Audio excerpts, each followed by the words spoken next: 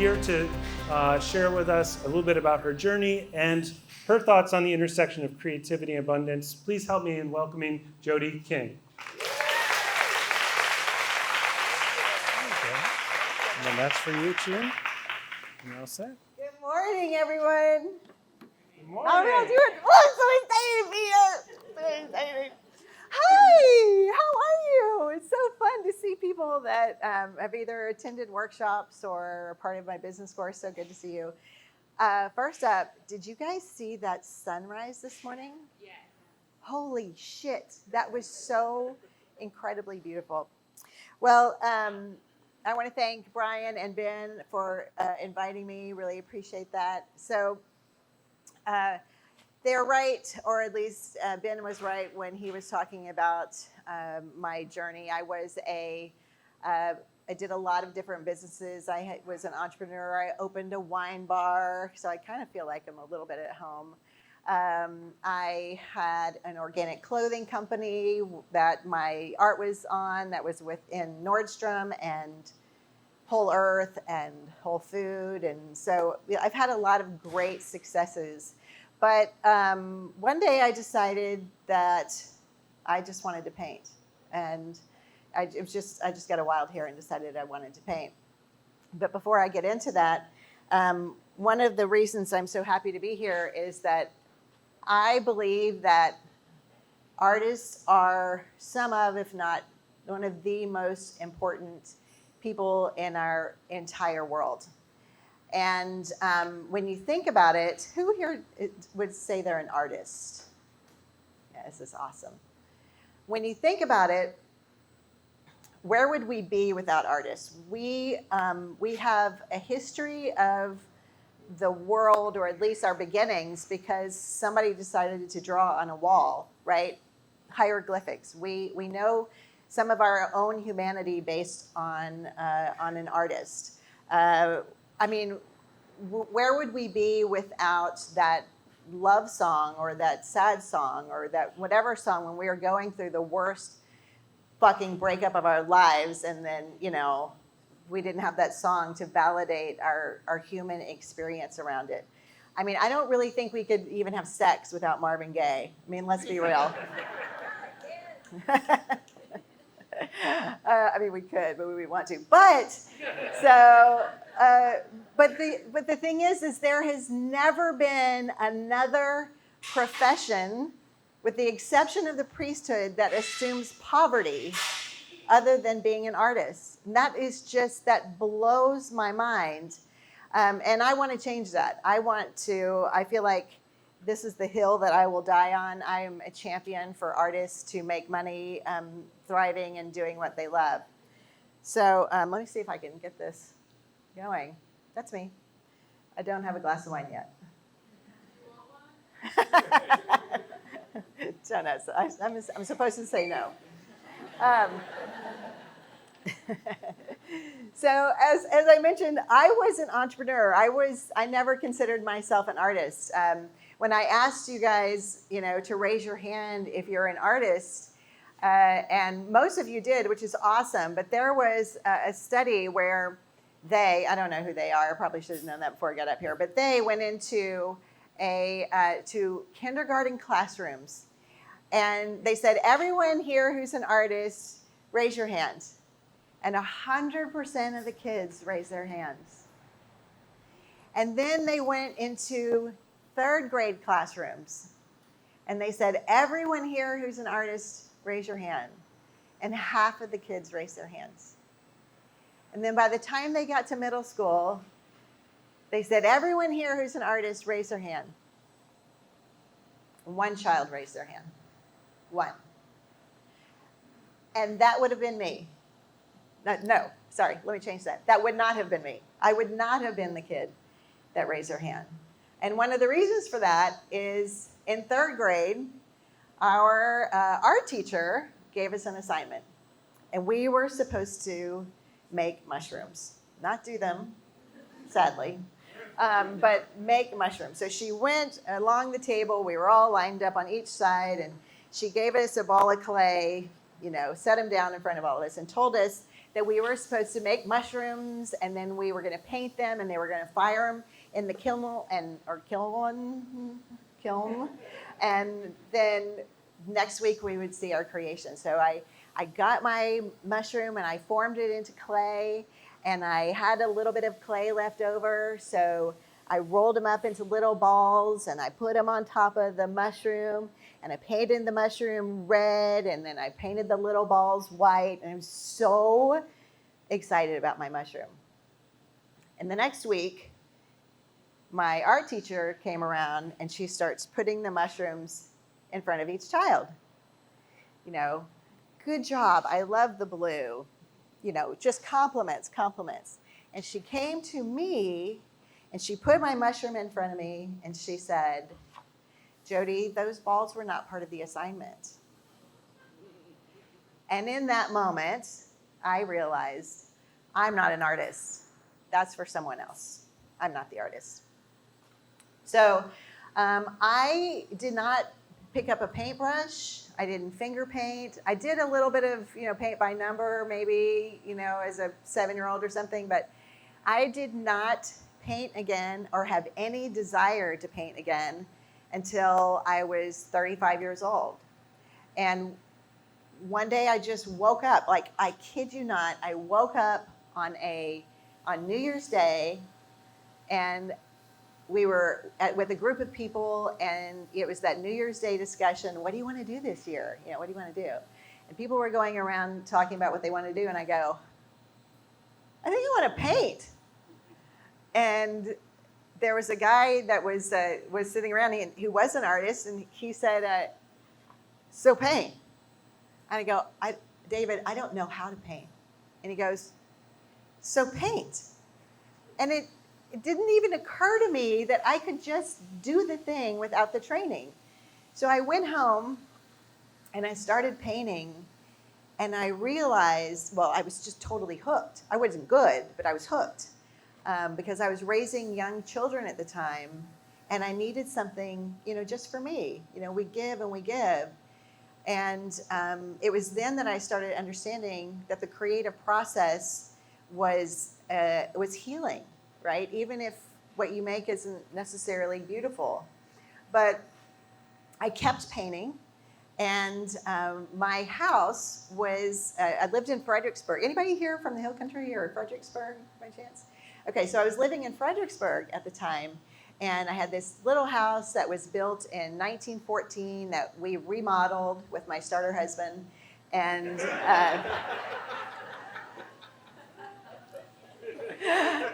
he calls me the OG. I call him my starter husband. Anyway, so we were remodeling it, and the Christmas tour homes was coming through, and they asked if they could have our house on the tour, and we said yes. So I had all of these paintings on the floor that I needed to, clean up because people were coming through, and I hung some of them on the wall. And as people were coming through that day, I was shocked at the number of people that were asking about the art that I had painted. And they're like, who's the artist? And it's me. And I ended up selling 2 of those paintings that day. And by the way, I didn't know how to price art.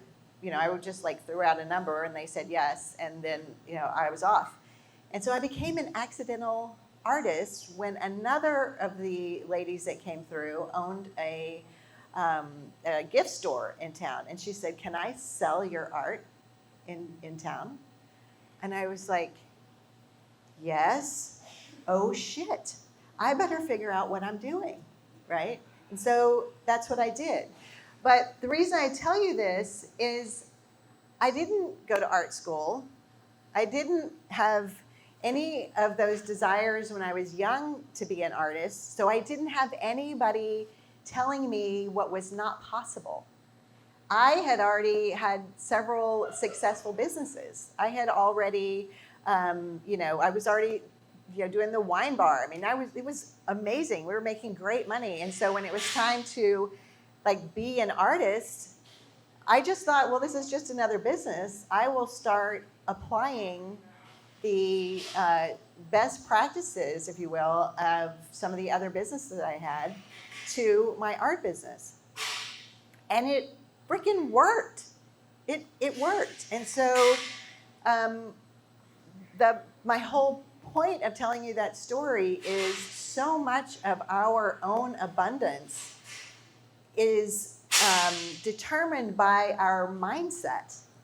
And so if you think about what is it we really believe is possible for us as an artist, what is it we truly believe? Because we've all heard that you better get a plan B or better have a plan B. You know, starving artist, there's so many of these. I mean, none of them are good. They're not good. But if you have not been indoctrinated into that belief system, you actually believe that everything is possible. So when you think about what your belief system is around it, we have to go back to our own mindset and what is it we're telling ourselves? Because everything is energy, right? If you're telling yourself that you better have a plan B, then you will have a plan B. And you won't put as much emphasis on it. But I love this study that was done with the plants. Have you seen about this study? They did a study where they took two plants that were exactly the same.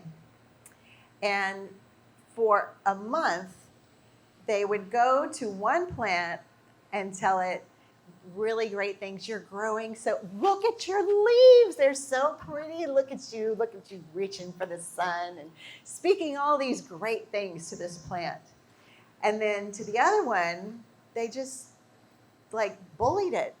Said, all you can do, they're horrible. They just talked terrible. They just said bad shit to the plant, which is what we do to ourselves most of the time.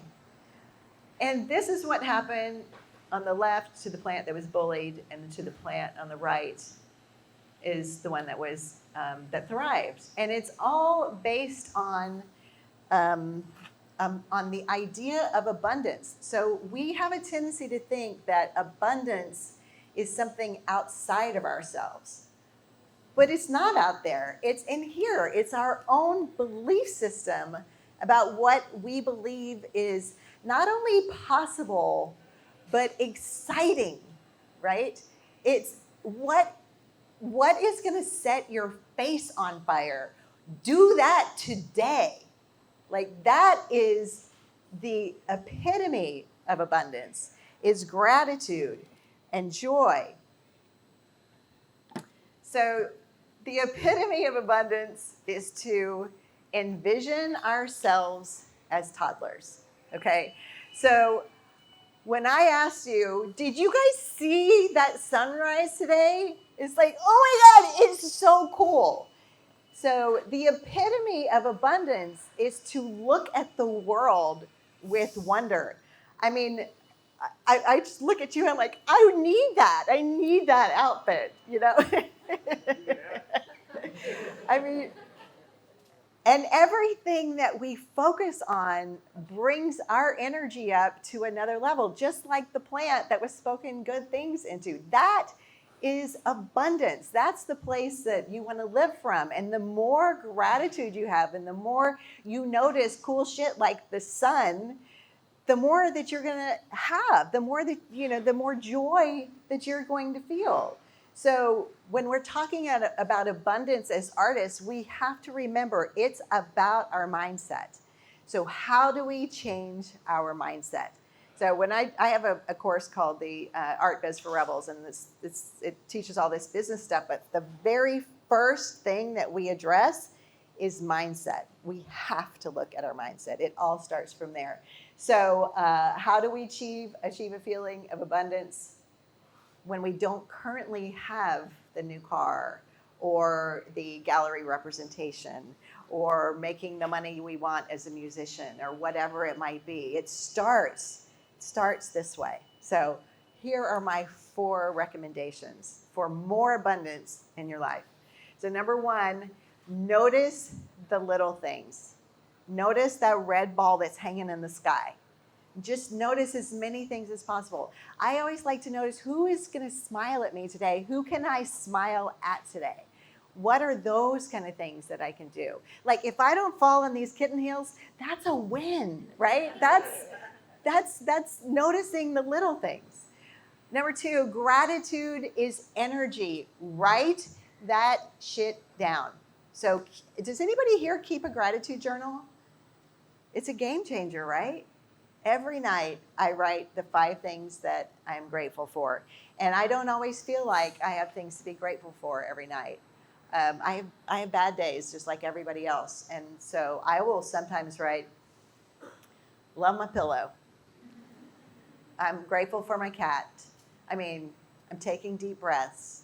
Like the little things, the little things. The little things bring in the big things. Hi, Amy. Amy's on my team. I'm so grateful for her. And then 3rd, thoughts turn to things. Catch yourself when you're thinking about, you'll never sell this painting, or, you'll never this, or you probably won't that. Catch your thoughts because thoughts turn to things. I have one tattoo. Can y'all see that tattoo right there? It's XX is what is on there, and it stands for. Well, I'll tell you what I thought it stood for. So when I was raising my kids, and they would have a test or they would go on a date or whatever, they would always say like, "I'm going to fail this test," and I'd say, "Cancel, cancel," because thoughts turn to things. Or "I'm so fat," cancel, cancel. Or whatever the negative thing they were saying, I'd say, "Cancel, cancel." So my 2 daughters and I got cancel, cancel put on our in the same place on our arm, because when I'm painting, listen, that creative process is real. It all goes to the fugly stage at some point, and I am painting generally with my right hand, and it reminds me, cancel, cancel. It's going to be okay, because thoughts turn to things. So y'all can use cancel, cancel if you need to. And then lastly, I can't stress enough that to have more fun and play. And if you can look at your calendar for this week, if you haven't penciled in fun and play, I highly recommend it. And even if it's not penciled in, listen, a kitchen dance party all by yourself, that's the way, right? Have you done it today? I already did it in my bathroom today. Yeah, Snoop. Da-da-da-da-da-da. Some motherfucking I cannot stress it enough. So that is where abundance lives. And out of that, you're going to be a magnet. You are literally going to be a magnet, because Einstein said everything is energy. So if you are living in this way, you're having more fun, you're playing more, you're laughing more, you're noticing the little things. You're like a toddler, oh my God, it's so exciting to see all the cool shit. Then cool shit is going to come to you, I promise you. So I gave you a challenge just for today. Because nobody needs a 30-day challenge. We're tired, right? I don't want to finish strong. I want to finish with a nap. So we have our 1-day challenge is to, for the rest of the day, if you could see the world through the eyes of a toddler, pretend what it'd be like. If you see a crack and you don't jump over it, you miss an opportunity, right? Try to notice the little things. And I would love for you to stay in touch with me. You can DM me and let me know how it went. I have a great social media presence. I have great people that help me, but I'm the one that answers all my DMs. So I'd love to know how this goes for you. I'd love to know if you actually do this, which I really hope you do, if it made a difference at all, just by the end of the day, by the end of the week, by the end of the month. I'd love it if you could stay in touch with me. So thank you. I really appreciate you letting me spend time with you this morning. I wouldn't have got up for anybody other than artists, I can tell you that. So, thank you. Thank you.